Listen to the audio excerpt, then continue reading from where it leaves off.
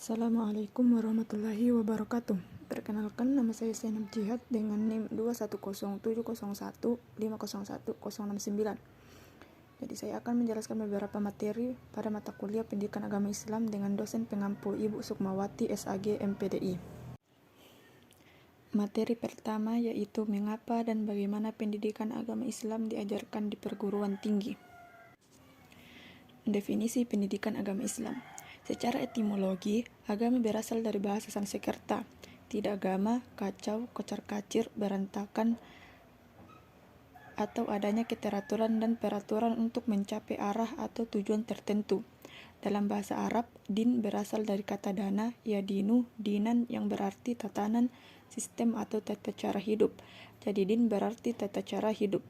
Secara terminologi, agama adalah ajaran atau sistem yang mengatur tata keimanan atau kepercayaan dan peribadatan kepada Tuhan Yang Maha Kuasa, serta tata kaidah yang berhubungan dengan pergaulan manusia dan manusia serta lingkungannya. Pengertian Islam secara etimologi artinya damai, selamat, tunduk, dan bersih. Kata Islam terbentuk dari 3 huruf yaitu S atau Sin, L atau Lam, M atau Mim yang bermakna dasar selamat. Al-Quran Surah Al-Baqarah ayat 83 dan Al-Quran Surah Al-Maidah ayat 72. Mengapa pendidikan agama Islam diajarkan di perguruan tinggi? Yang pertama yaitu untuk memberikan landasan pengembangan pada kepribadian mahasiswa agar menjadi kaum intelektual yang senantiasa beriman. Al-Quran Surah Al-Mujadilah ayat 11. Yang kedua, untuk memberikan landasan pengembangan pada kepribadian mahasiswa agar menjadi kaum intelektual yang senantiasa mengingat Allah Subhanahu wa Ta'ala. Al-Quran Surah Ali Imran ayat 191.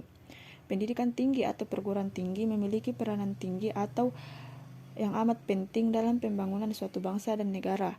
Oleh karena itu, di mana saja di penjuru dunia ini akan berlomba mendirikan perguruan tinggi dan mendorong generasi mudanya untuk memasuki perguruan tinggi. Pembangunan suatu bangsa tidak bisa dilepaskan dari manusia yang berkualitas. Pada rumpun dasar, agama diperkenalkan kepada mahasiswa sebagai suatu sistem Islam yang terdiri atas komponen akidah syariat dan akhlak. Pada rumpun pengembangan sistem Islam yang sudah diperkenalkan dikembangkan secara rinci yang menyangkut antara lain subkomponen ibadah, muamalah, dan akhlak, serta mulia diperdalam sampai kepada hikmah untuk mempertinggi mutu iman, Islam, dan ihsan. Selanjutnya, sumber psikologis tentang perlunya pembelajaran pendidikan agama Islam di perguruan tinggi dan model pendekatan atau metode pembelajaran pendidikan agama Islam di perguruan tinggi. Yang pertama yaitu sumber psikologis, bagaimana tentang perlunya pembelajaran pendidikan agama Islam di perguruan tinggi. Terdapat 2 pandangan yang berbeda mengenai pembelajaran pendidikan agama Islam di perguruan tinggi. Yang pertama, pendapat pertama menyatakan bahwa pendidikan agama Islam perlu diajarkan di perguruan tinggi, sedangkan pendapat kedua menyatakan bahwa pendidikan agama Islam tidak perlu diajarkan di perguruan tinggi. Alasannya karena agama merupakan urusan pribadi, keluarga, dan institusi keagamaan. Perbedaan pendapat terdapat pernyataan, namun secara psikologis pula pada dasarnya manusia suka, yakni meninggalkan perbuatan keji dan maksiat dan memilih jalan taat. Ada juga penganut agama yang berpindah ke agama lain, juga penganut mazhab pindah ke mazhab lain. Fenomena seperti ini dikenal dengan istilah konversi agama. Terjadinya konversi ini secara teoritis karena ada faktor yang memengaruhi terutama pendidikan agama. Yang kedua, sumber sosial budaya tentang perlunya pembelajaran pendidikan agama Islam di perguruan tinggi. Budaya beragama dalam masyarakat harus merembes juga ke dalam lingkungan perguruan tinggi, yang berarti pendidikan agama juga menjadi kajian di lingkungan perguruan tinggi. Secara teoritis, masyarakat muslim di Indonesia dapat dipilah menjadi 2 subkultur, yaitu santri dan muslim biasa atau bukan santri. Yang ketiga yaitu sumber historis tentang perlunya pembelajaran pendidikan agama Islam di perguruan tinggi. Secara historis, bangsa Indonesia memiliki 2 sistem pendidikan, yakni pesantren dan sekolah. Pesantren merupakan model pendidikan asli bangsa Indonesia, sedangkan sekolah merupakan model pendidikan. Ini memiliki keunggulan dan kelemahan. Keunggulan model pesantren adalah kaya dalam pengembangan keberagaman dari moralitas, tetapi lemah dalam pengembangan ilmu dan teknologi. Sebaliknya, model sekolah unggul dalam pengembangan ilmu dan teknologi, tetapi lemah dalam pengembangan keagamaan dan moralitas. Yang keempat, sumber yuridis tentang perlunya pembelajaran pendidikan agama Islam di perguruan tinggi. Eksistensi mata kuliah pendidikan agama Islam di perguruan tinggi memiliki landasan filosofis dan yuridis yang sangat kuat. Landasan filosofis ini berpijak pada Pancasila, terutama sila pertama, yakni ketuhanan yang Maha Esa. Adapun secara yuridis berpijak pada ketentuan perundang-undangan yang berlaku.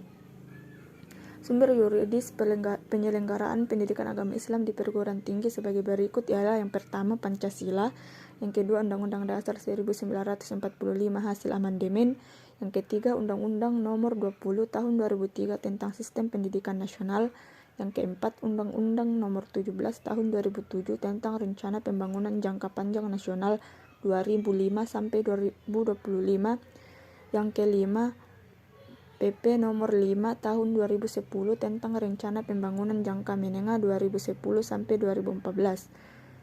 Keenam, PP Nomor 19 Tahun 2005 sebagaimana diubah dengan PP Nomor 032 Tahun 2013 tentang Standar Nasional Pendidikan. Yang ketujuh, Undang-Undang Nomor 12 Tahun 2012 tentang Pendidikan Tinggi. Selanjutnya adalah metode pembelajaran pendidikan agama Islam di perguruan tinggi. Yang pertama, pendekatan kajian Al-Quran sejarah Islam. Ahli Syariati menegaskan bahwa ada dua metode fundamental untuk memahami Islam secara benar. Pertama, pengkajian Al-Quran, yaitu pengkajian intisari gagasan-gagasan dan output ilmu dari orang yang dikenal sebagai Islam. Dan yang kedua, pengkajian sejarah Islam, yakni pengkajian tentang perkembangan Islam sejak Rasulullah SAW menyampaikan misinya hingga masa sekarang. Yang kedua, pendekatan disiplin ilmu dan kajian isi atau ajaran. Metode disiplin ilmu sebenarnya lebih tepat digunakan para santri di program studi ilmu-ilmu agama, namun para ulama berhasil menyederhanakan disiplin agama sehingga mudah dipahami orang awam sekalipun. Di Indonesia dikenal luas bahwa ajaran Islam terdiri atas 3 disiplin, yaitu akidah, syariat, dan akidah akhlak. Akidah merupakan dimensi Islam yang berhubungan dengan keimanan. Syariat merupakan dimensi yang berhubungan dengan keimanan. Syariat merupakan dimensi Islam yang berhubungan dengan ketentuan hubungan manusia dengan Allah, saudara seagama, saudara sesama manusia, serta hubungan dengan alam besar dan kehidupan. Adapun akhlak membicarakan baik buruknya suatu perbuatan, baik secara parsial perbuatan maupun komparatif, memilih suatu dari dua atau beberapa perbuatan yang baik. Yang ketiga, pendekatan tentang tujuan didatangkannya syariat Islam. Tujuan dari didatangkannya syariat Islam ada 5, yaitu menjaga agama, menjaga jiwa, menjaga akal, menjaga keturunan, dan menjaga harta. Materi kedua yaitu bagaimana manusia bertuhan, bagian 1. Yang pertama yaitu konsep spiritualitas sebagai landasan kebertuhanan. Spiritualitas dalam perspektif Islam sering dideskripsikan sebagai jiwa halus yang ditiupkan oleh Tuhan ke dalam diri manusia. Roh manusia menurut Islam adalah suci karena ia adalah karunia ilahi yang dipancarkan dari Sang Tuhan. A'udzubillahi minasyaitonirrajim. Bismillahirrahmanirrahim. Fa'aqim wajhaka lid-daini hanifa fitratallahi fataran nasa 'alaiha la tabdila li khalqillahi zalikad dinul qayyim walakinna aktsaran nasi la maka hadapkanlah wajahmu dengan lurus kepada agama Islam sesuai fitrah Allah, disebabkan Dia telah menciptakan manusia menurut fitrah itu. Tidak ada perubahan pada ciptaan Allah. Itulah agama yang lurus, tetapi kebanyakan manusia tidak mengetahuinya. Al-Quran Surah Ar-Rum ayat 30. Yang kedua yaitu alasan manusia memerlukan spiritualitas. Yang pertama, karena manusia adalah makhluk ciptaan yang terbatas yang memiliki kebebasan untuk memilih. Yang kedua, untuk menjaga integritas diri kita di tengah realita dunia yang fana dan tak menentu. Yang ketiga, untuk mengembangkan hati nurani yang takut akan Tuhan. Yang ketiga, untuk mengendalikan dorongan ego dalam diri kita. Yang keempat, menyadarkan bahwa panggilan hidup kita adalah anugerah pemberian dari Tuhan. Dan yang kelima, sarana untuk melatih kepekaan diri kita di dalam menggali makna kenyataan hidup. Selanjutnya yaitu sumber ilmu tentang konsep ketuhanan. Yang pertama berdasarkan perspektif psikologi. Dalam ilmu psikologi, manusia diyakini memiliki jiwa secara alami yang dapat merasakan hal gaib. Oleh sebab itu dapat diartikan sebagai manusia memiliki bakat bertuhan di dalam dirinya. Yang kedua berdasarkan perspektif sosiologis. Sosiologi agama memiliki objek kajian berupa masyarakat yang beragama dan memiliki kelompok agama tertentu serta fenomena-fenomena yang terjadi antar kelompok agama tersebut. Agama sendiri menurut pendefinisian seorang sosiolog terkemuka yaitu Emil Durkheim adalah sebuah sistem yang memiliki kaitan dengan hal-hal yang sakral dan suci yang dapat menyatukan individu menjadi suatu masyarakat sesuai dengan norma keagamaan. Yang ketiga yaitu berdasarkan perspektif filosofis. Dalam filsafat, manusia dianggap sebagai makhluk teomorfis yang diartikan sebagai khalifah yang diutus oleh Tuhan di bumi sebagai cermin atas nama dan sifat Tuhan. Hal ini dapat dibuktikan dalam Al-Quran surah Al-Hijr ayat 28-29. Yang keempat yaitu berdasarkan perspektif teologis. Teologis merupakan cabang ilmu filsafat yang masih membahas tentang Tuhan. Definisi Tuhan dalam perspektif teologis tidak memiliki kesepakatan sehingga terdapat banyak konsep ketuhanan. Materi ketiga yaitu bagaimana manusia bertuhan bagian kedua. Yang pertama yaitu cara manusia meyakini dan mengimani Tuhan.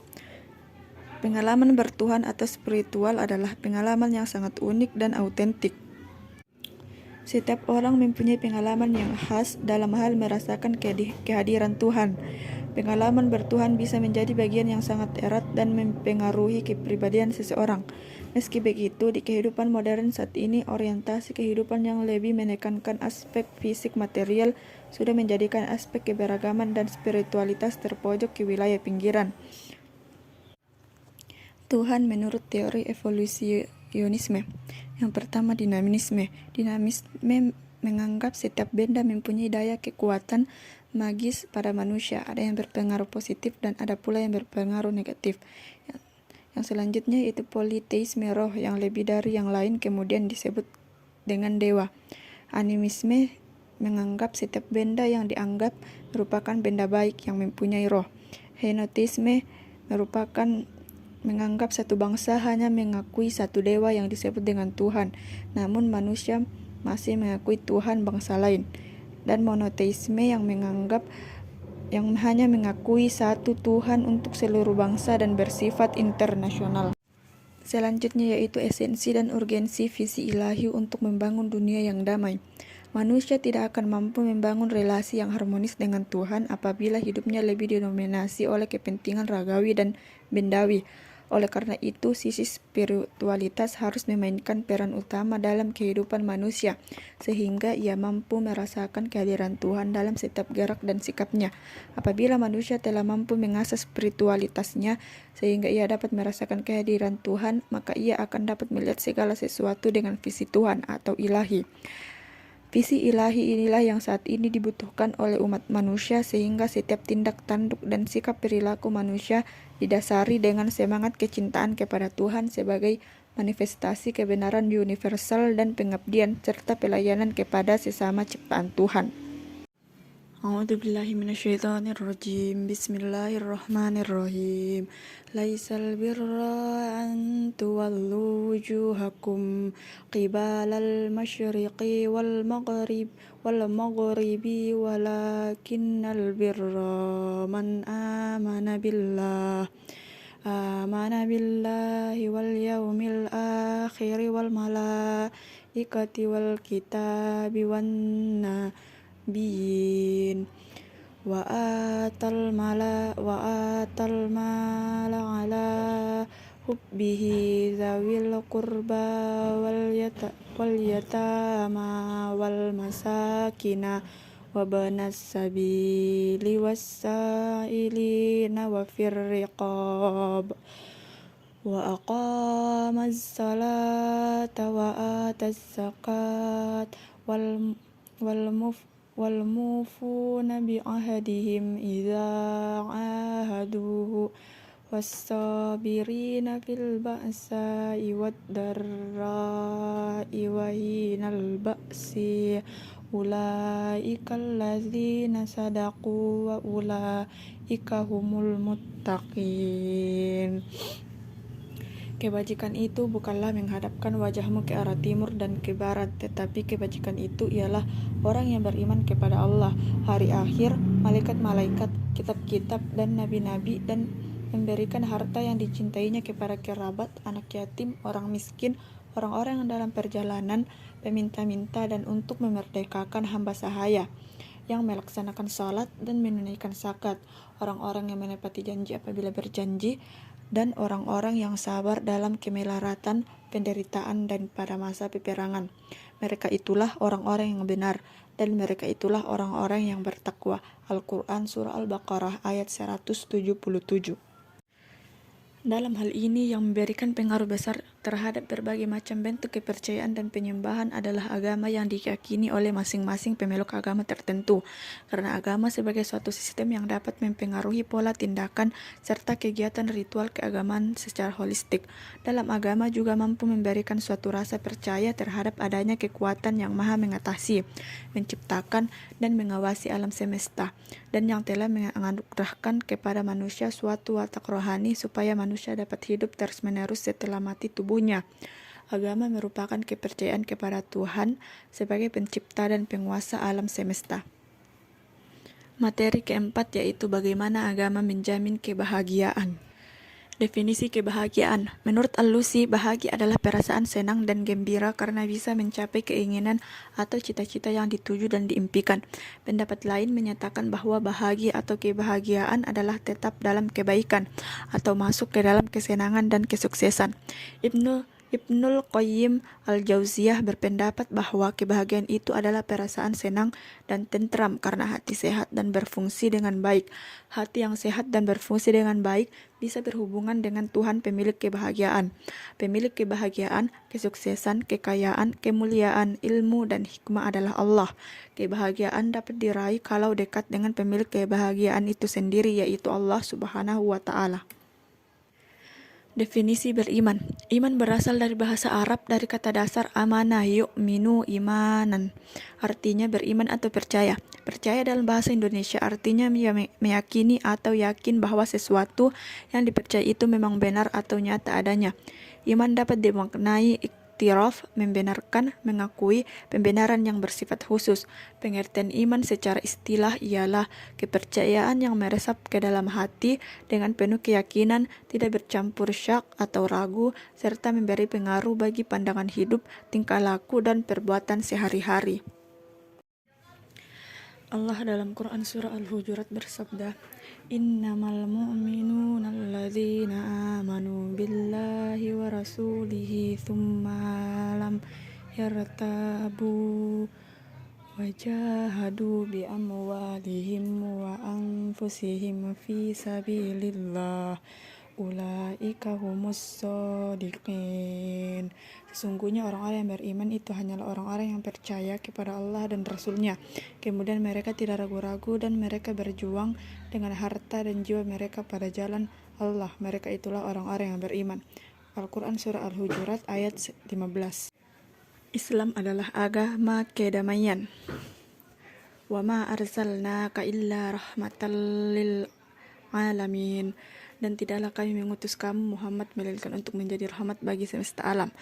Al-Quran Surah Al-Anbiya ayat 107.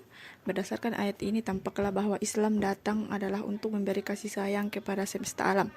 Di ayat ini tidak ada batasan kasih sayang hanya untuk orang beriman. Tidak ada batasan kasih sayang untuk bangsa tertentu. Akan tetapi kasih sayang dikehendaki oleh Allah adalah kasih sayang untuk semesta alam. Karena itu Islam melarang umatnya menyiksa binatang meski itu adalah seekor anjing sekalipun. Sebagaimana hadis Rasulullah, la yadkhulul jannata qati'ul rahim. Tidak masuk surga orang yang memutuskan tali silaturahmi. Islam adalah pembawa kasih sayang bagi semesta alam.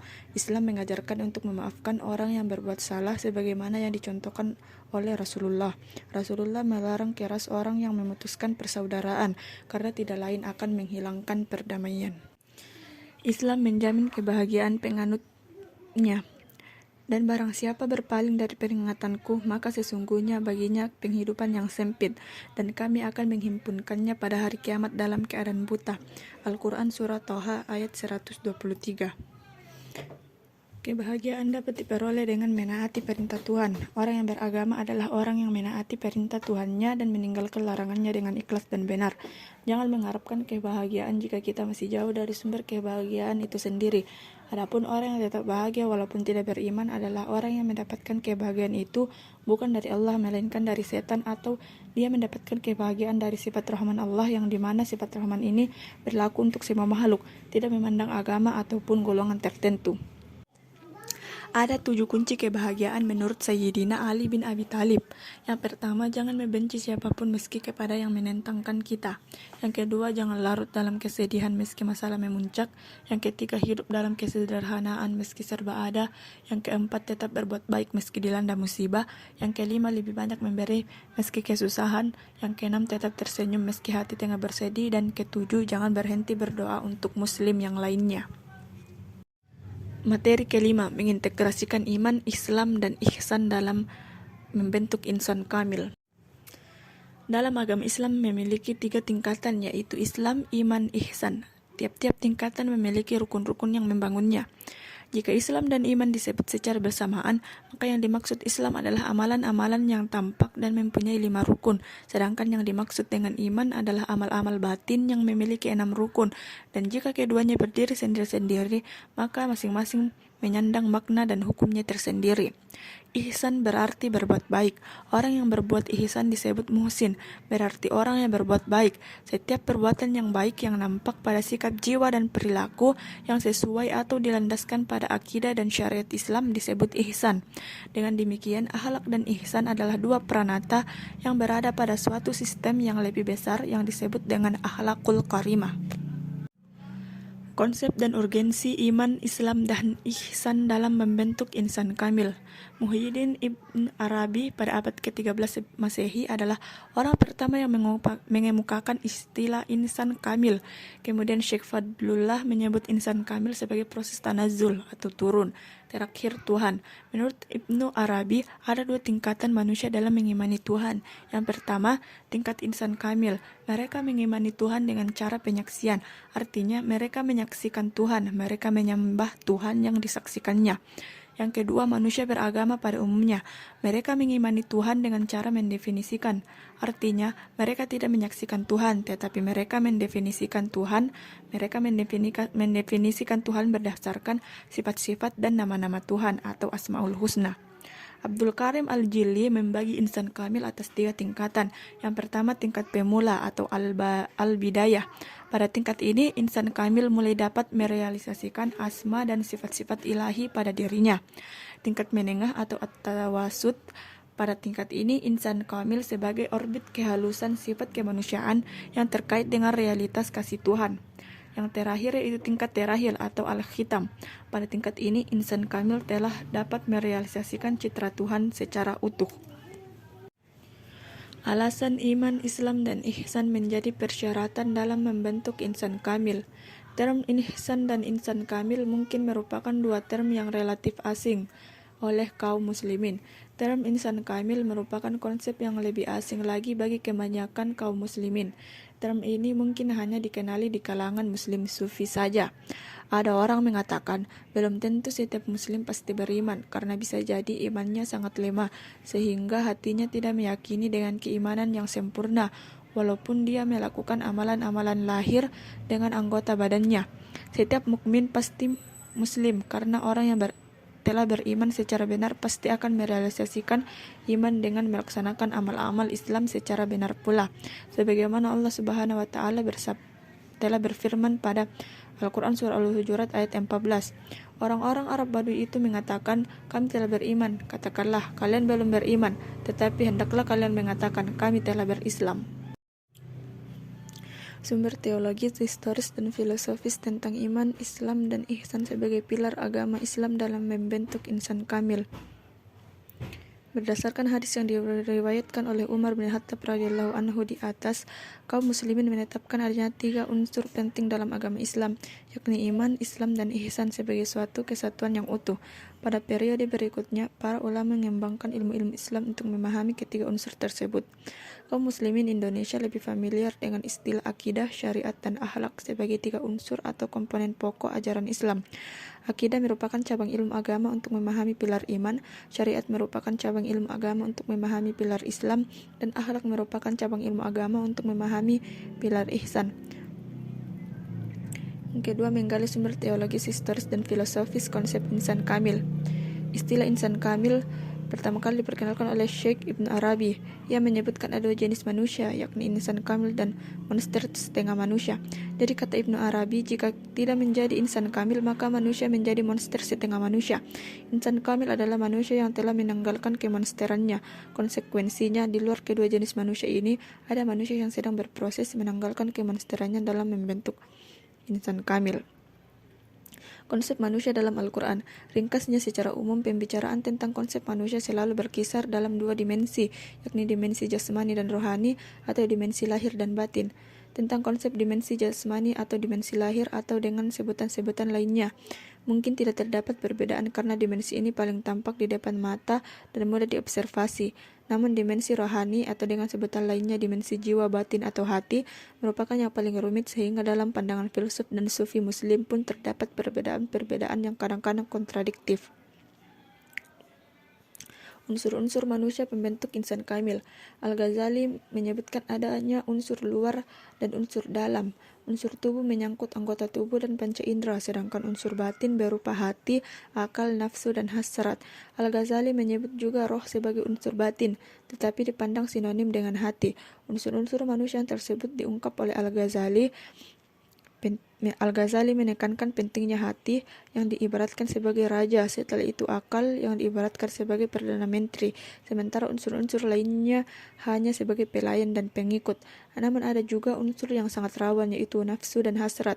Kedua unsur ini seharusnya tunduk dikendalikan oleh akal atas perintah hati, akan tetapi jika kedua unsur nafsu dan hasrat ini malah mengendalikan akal, maka yang terjadi adalah kudeta terhadap raja. Karakteristik insan kamil dan metode pencapaiannya. Karakter insan kamil. Insan kamil bukanlah manusia pada umumnya. Ibnu Arabi menyebutkan adanya 2 jenis manusia, yaitu insan kamil dan monster bertubuh manusia. Maksudnya, jika tidak menjadi insan kamil, maka manusia akan menjadi monster bertubuh manusia. Untuk itu kita perlu mengenali tempat unsur untuk mencapai derajat insan kamil, di antara yang pertama jasad, yang kedua hati nurani, yang ketiga roh, dan yang keempat sir atau rasa. Untuk mencapai derajat insan kamil, kita harus dapat menundukkan nafsu dan syahwat sehingga mencapai tangga nafsu mutmainnah. Hal ini dapat dilihat pada Al-Quran Surah Al-Fajr ayat 27-30 yang artinya, hai jiwa yang tenang, kembalilah kepada Tuhanmu dengan hati yang puas lagi diridhoinya, maka masuklah ke dalam jamaah hamba-hambaku, masuklah ke dalam syurgaku. Menurut Imam Al-Ghazali ada 7 macam nafsu sebagai proses tarakki atau menaik, yaitu yang pertama nafsu amarah, nafsu lawamah, nafsu mulhimah, nafsu mutmainnah, nafsu radiyah, nafsu mardiyah, dan nafsu kamilah. Metode mencapai insan kamil dalam perspektif tasawuf. Jalan untuk membentuk insan kamil haruslah mengikuti jalan yang ditempuh oleh kaum sufi yang lurus, bukan kaum sufi yang menyimpang. Adapun kewajiban hakikatnya ketika menjalankan syariat itu, keadaan hati hanya mengingat Allah. Cara konkretnya yang pertama, memulai salat jika Tuhan yang akan disembah itu sudah dapat dihadirkan dalam hati, sehingga ia menyembah Tuhan yang benar-benar Tuhan. Yang kedua, berniat salat karena Allah.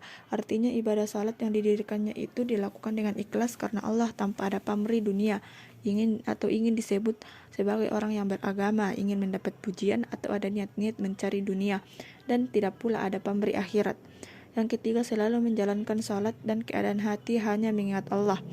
Dan yang keempat, salat yang telah didirikannya itu dapat mencegah perbuatan keji dan mungkar. Materi 6. Bagaimana membangun paradigma Qur'ani. Bagian pertama. Konsep dan karakteristik paradigma Qur'ani untuk menghadapi kehidupan modern. Secara etimologis, paradigma berasal dari bahasa Yunani dengan asal kata para dan digma. Paradigma adalah cara pandang dan cara berpikir. Menurut terminologis, paradigma adalah cara berpikir berdasarkan pandangan yang menyeluruh dan konseptual terhadap suatu realitas atau suatu permasalahan dengan menggunakan teori-teori ilmiah yang sudah baku, eksperimen, dan metode keilmuan yang bisa dipercaya. Paradigma Qur'ani adalah cara pandang dan cara berpikir tentang suatu realitas atau suatu permasalahan berdasarkan Al-Quran. Alasan paradigma Qur'ani sangat penting bagi kehidupan modern, meluruskan akidah manusia, menegakkan pokok-pokok tauhid, menegakkan tiang-tiang tauhid sebagai landasan beragama sangat penting eksistensinya, sebab bersikap sebaliknya itu syirik merupakan sikap yang sangat tercela. Allah berfirman, A'udzubillahi minasyaitonirrajim. Bismillahirrahmanirrahim. Innallaha la yaghfiru ay yushraka bihi wa yaghfiru ma duna dzalika liman yasha. Wa may yusyrik billahi faqad iftara itsman 'azima. Sesungguhnya Allah tidak akan mengampuni sikap syirik dan Allah akan mengampuni dosa selain itu bagi siapa saja yang Allah kehendaki. Al-Quran Surah An-Nisa ayat 48. Mensahihkan akidah tentang kenabian dan kerasulan dan meneguhkan keimanan terhadap akhirat dan keyakinan akan adanya balasan yang akan diterima di akhirat. Meneguhkan kemuliaan manusia dan hak-hak manusia. Meneguhkan kemuliaan manusia. Al-Quran menguatkan bahwa manusia adalah makhluk mulia. Allah menciptakan Adam dengan kedua tangannya sendiri. Allah berfirman yang artinya, dan kami telah memuliakan keturunan Adam dan kami bawa mereka untuk menguasai daratan dan lautan. Dan kami rezekikan kepada mereka yang baik-baik dan kami lebihkan mereka atas kebanyakan sebagian yang telah kami ciptakan. Al-Quran Surah Al-Isra ayat 30. Menetapkan hak-hak manusia. Allah menciptakan manusia bebas berekspresi untuk berpikir dan berpendapat. Meneguhkan hak-hak duafa. Al-Quran secara khusus mengangkat hak-hak orang lemah agar tidak teraniaya oleh orang lain. Menggali sumber historis, fisiologis, psikologis, sosiologis tentang paradigma Qur'ani untuk kehidupan modern. Al-Quran tidak hanya dijadikan sebagai sumber ajaran, tetapi juga menjadi paradigma dalam pengembangan iptek, pengembangan budaya. Bahkan Al-Quran dihadirkan untuk mengatasi dan menghadapi berbagai problem kehidupan umat Islam saat itu. Pada zaman keemasan Islam, Al-Quran dijadikan sebagai paradigma dalam segala aspek kehidupan dan Rasulullah SAW menjadi role model dalam mengimplementasikan Al-Quran dalam kehidupan sehari-hari. Dan materi yang terakhir yaitu materi ke-7, bagaimana membangun paradigma Qur'ani bagian kedua. Membangun argumen tentang paradigma Qur'ani sebagai satu-satunya model untuk menghadapi kehidupan modern. Untuk kemajuan Islam, umat Islam harus berkomitmen terhadap ajarannya. Mustahil mereka dapat maju kalau mereka meninggalkan ajarannya. Adapun ajaran yang dimaksud adalah ajaran al-Islam, sebagaimana yang tercantum dalam Al-Quran Surah Ali Imran ayat 19. A'udzubillahi minasyaitonirrajim. Bismillahirrahmanirrahim. Innad dina indallahil Islam wa makhtalafal ladzina utul kitaba illa min ba'di ma ja'ahumul ilmu ya bainahum wa may yakfur bi ayatillahi fa innallaha sari'ul hisab, yang artinya sesungguhnya agama di sisi Allah hanyalah Islam. Tiada berselisih orang-orang yang telah diberi Alkitab kecuali mereka memperoleh ilmu karena kedengkian yang ada di antara mereka. Barang siapa yang kafir terhadap ayat-ayat Allah, maka sesungguhnya Allah sangat cepat hisabnya. Banyak orang yang berpendapat bahwa untuk maju justru mereka akan meninggalkan ajaran agama mereka sehingga mereka harus mengembangkan budaya sekuler dalam segala segi kehidupan.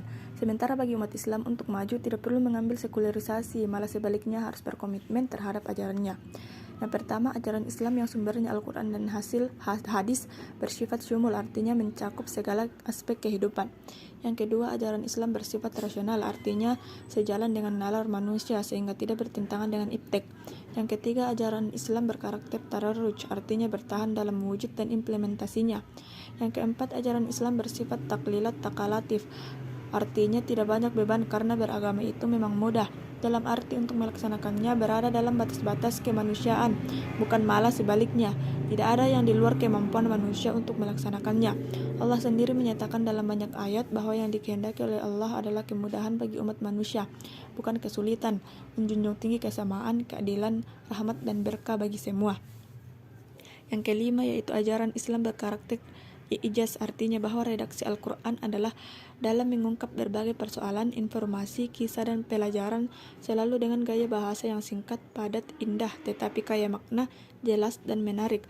Agama yang mempunyai prinsip seperti itu adalah agama masa depan dan agama yang dapat membawa kemajuan.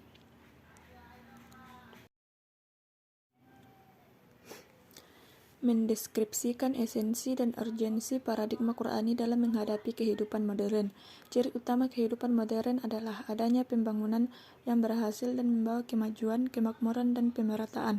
Bagian dari indikator kehidupan modern adalah pembangunan yang berkesinambungan, yang berimplikasi terhadap perubahan pola hidup masyarakat ke arah kemajuan dan kesejahteraan. Lebih rinci, Nurcholish Madjid menyatakan bahwa tolak ukur pembangunan yang berhasil adalah sebagai berikut. Yang pertama, tingkat produksi dan pendapatan lebih tinggi.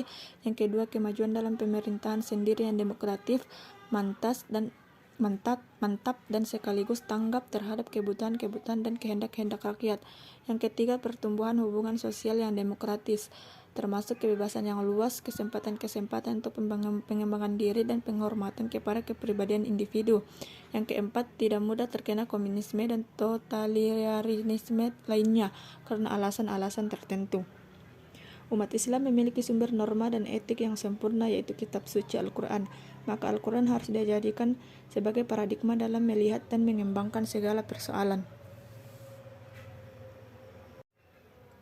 Faktor kemunduran umat Islam pada abad ke-18. Sejarah membuktikan kemunduran umat Islam pada abad ke-18 yang biasa disebut sebagai abad stagnasi keilmuan adalah karena beberapa faktor, yaitu yang pertama, umat Islam meninggalkan peran Al-Quran sebagai paradigma dalam menghadapi segala persoalan. Yang kedua, hilangnya semangat ijtihad di kalangan umat Islam.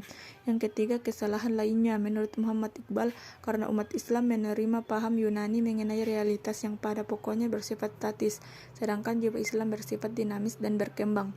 Yang keempat, para ilmuwan keliru memahami pemikiran Al-Ghazali yang dianggapnya Al-Ghazali mengharamkan filsafat dalam bukunya Tahafutul Falasifah, padahal Al-Ghazali menawarkan sikap kritis, analitis, dan skeptis terhadap filsafat agar dikembangkan lebih jauh dalam upaya menggunakan paradigma Qur'ani dalam pengembangan falsafah. Dan yang kelima, karena sikap para khalifah yang berkuasa pada zaman itu tidak mendukung pengembangan keilmuan karena takut kehilangan pengaruh yang berakibat terhadap hilangnya kekuasaan mereka. Kunci sukses dunia Islam. Yang pertama yaitu memadukan sistem pendidikan Islam. Dikotomi pendidikan umum dan pendidikan agama harus dihilangkan.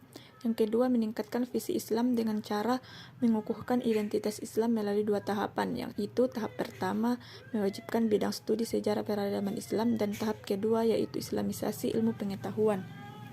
Yang ketiga, untuk mengatasi persoalan metodologi ditempuh dengan langkah-langkah berupa penegasan prinsip-prinsip pengetahuan Islam sebagai berikut. Yang pertama, bagian A, the unity of Allah, keesaan Tuhan, bahwa tidak ada Tuhan selain Allah yang menciptakan dan memelihara semesta. Implikasinya berkaitan dengan pengetahuan adalah bahwa sebuah pengetahuan bukan untuk menerangkan dan memahami realitas sebagai entitas yang terpisah dari realitas absolut, melainkan melihatnya sebagai bagian yang integral dari eksistensi Tuhan. Bagian B, the unity of creation, kesatuan penciptaan, bahwa semesta yang ada di dunia ini, baik yang material, psikis, spasial atau ruang, biologis, sosial maupun estetis, adalah kesatuan yang integral, masing-masing saling kait dan saling menyempurnakan dalam ketentuan hukum alam untuk mencapai tujuan akhir tertinggi. C, the unity of truth and knowledge, kesatuan kebenaran dan pengetahuan. Kebenaran bersumber pada realitas, dan jika semua realitas berasal dari sumber yang sama, Tuhan, maka kebenaran tidak mungkin lebih dari satu. Apa yang disampaikan lewat wahyu tidak mungkin berbeda apalagi bertentangan dengan realitas yang ada, karena dialah yang menciptakan keduanya. D, unity of life. Menurut Faruqi, kehendak Tuhan terdiri dari dua macam. Yang pertama berupa hukum alam dengan segala regularitasnya yang memungkinkan diteliti dan diamati. Materi yang kedua berupa hukum moral yang harus dipatuhi. Agama. Kedua hukum ini berjalan seiring, senada, dan seirama dalam kepribadian seorang muslim. Konsekuensinya tidak ada pemisahan antara yang bersifat spiritual dan material, antara jasmani dan rohani. Bagian E, the unity of humanity, kesatuan manusia. Tata sosial Islam adalah universal, mencakup seluruh umat manusia tanpa terkecuali. Kelompok muslim tidak disebut bangsa, suku, atau kaum, melainkan umat. Pengertian umat bersifat translokal dan tidak ditentukan oleh pertimbangan geografis, ekologis, etnis, warna kulit, kultur, dan lainnya, tetapi hanya dilihat dari sisi takwanya. Berikutnya, Al-Faruqi menyebutkan bahwa langkah-langkah kerja yang harus ditempuh adalah sebagai berikut. Pertama, menguasai disiplin ilmu modern. Kedua, menguasai warisan khasanah Islam. Ketiga, membangun relevansi yang islami bagi setiap bidang kajian atau wilayah penelitian pengetahuan modern. Yang keempat, mencari jalan dan upaya untuk menciptakan sintesis kreatif antara warisan Islam dan pengetahuan modern. Dan yang kelima, mengarahkan pemikiran Islam pada arah yang tepat. Demikianlah penyampaian materi yang ada pada mata kuliah Pendidikan Agama Islam dari saya.